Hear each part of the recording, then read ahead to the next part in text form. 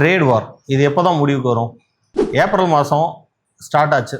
Trump ஆட்சிக்கு வந்ததுக்கப்புறமாவே பார்த்திங்கன்னா எல்லா கண்ட்ரி பேர்லையும் ட்ரேட் வார் லெவி பண்ணார். First time April 6th levy பண்ணாலும் ஏப்ரல் 9th பார்த்திங்கன்னா 90 days இதை தள்ளி வச்சார். இந்த டைமில் நிறைய கண்ட்ரிஸ் யூஎஸ்னுடைய ட்ரேட் அக்ரிமெண்ட் சைன் பண்ணிக்கிட்டாங்க. பட் இந்தியா சைன் பண்ணலை. சைனாவோட பார்த்திங்கன்னா இந்த ட்ரேட் வார் பயங்கரமாக எஸ்கலேட் ஆச்சு.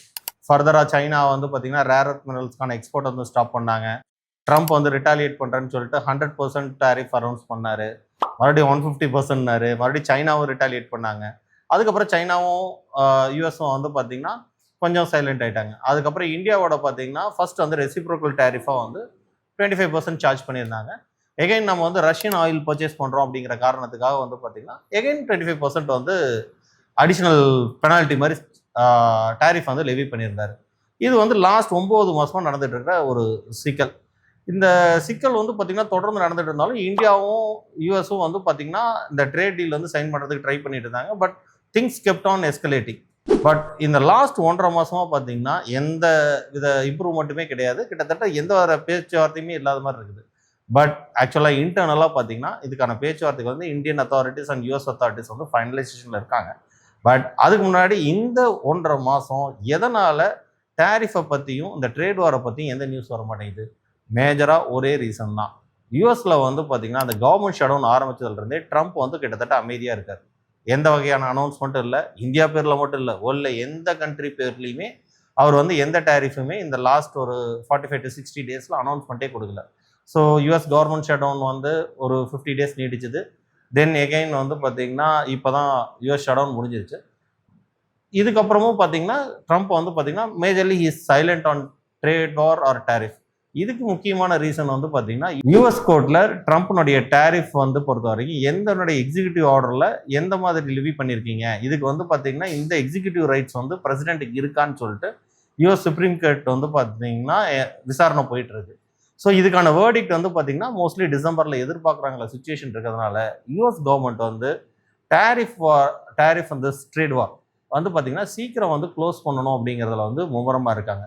ஸோ இந்தியன் அத்தாரிட்டிஸும் கிட்டத்தட்ட லாஸ்ட் ஒரு 3 months-ஆகவே இந்த ட்ரேட் பேக்டுக்கான சைனிங்க்கு பியூஷ் கோயலும் சரி மற்ற அத்தாரிட்டிஸும் அடிக்கடி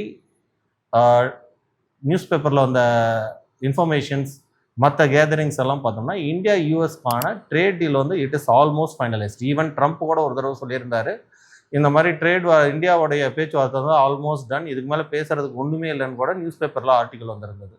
அதே போல் ரஷ்யாட்ட நம்ம ஆயில் இம்போர்ட்டையும் பார்த்திங்கன்னா லாஸ்ட் 1.5 months வர ரிப்போர்ட் பார்த்திங்கன்னா கம்ப்ளீட்டாக நம்ம குறைச்சிருக்கோம். ஸோ கிட்டத்தட்ட இந்தியா பார்த்திங்கன்னா யூஎஸ்னுடைய எந்த ரிக்வஸ்ட்டை இங்கே ப்ளேஸ் பண்ணாங்களோ அதை அக்செப்ட் பண்ண சுச்சுவேஷனில் தான் இருக்குது.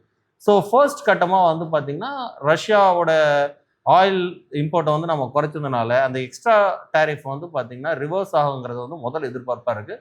அது டிசம்பர் மந்தில் அனௌன்ஸ்மெண்ட் வருங்கிறது ரொம்ப பெரிய எதிர்பார்ப்பில் ஒன்று இருக்குது. செகண்ட், இந்த ரெசிப்ரோக்கல் டேரிஃபும் it will definitely come down below 19%ங்கிறது எல்லாருமே சொல்லிட்டு இருக்காங்க. ஏன்னா யூஎஸில் பார்த்திங்கன்னா ஃபெஸ்டிவ் சீசன் ஆரம்பிக்குது. அங்கேயும் ட்ரம்ப்புக்கு பார்த்திங்கன்னா நோபடி ஸ்கிங்கிற மாதிரி ஏகப்பட்ட ப்ரொட்டஸ்ட் போயிட்டு இருக்கிறதுனால ஸோ இந்த ட்ரேட் வார் மோஸ்ட்லி பார்த்திங்கன்னா இந்த டிசம்பர் மந்தோட ஃபைனலைசேஷனுக்கு வர்றதுக்கும் இது இந்தியாவுக்கும் வந்துடும் by signing and agreement or else US court பார்த்திங்கன்னா இதை பேன் பண்ணிடலாம். அண்ட் யூஎஸ் கவர்மெண்ட்டும் பார்த்திங்கன்னா இதில் ரொம்ப முனைப்பாகவே இருக்கிறாங்க. எல்லா கண்ட்ரியோடையும் இந்த ட்ரேட் டீலில் பார்த்திங்கன்னா சைன் பண்ணி இந்த ட்ரேட் வர தற்சமயத்துக்கு இதை முடிவு கொண்டு வரதுக்கு ஐடியாவில் இருக்காங்க.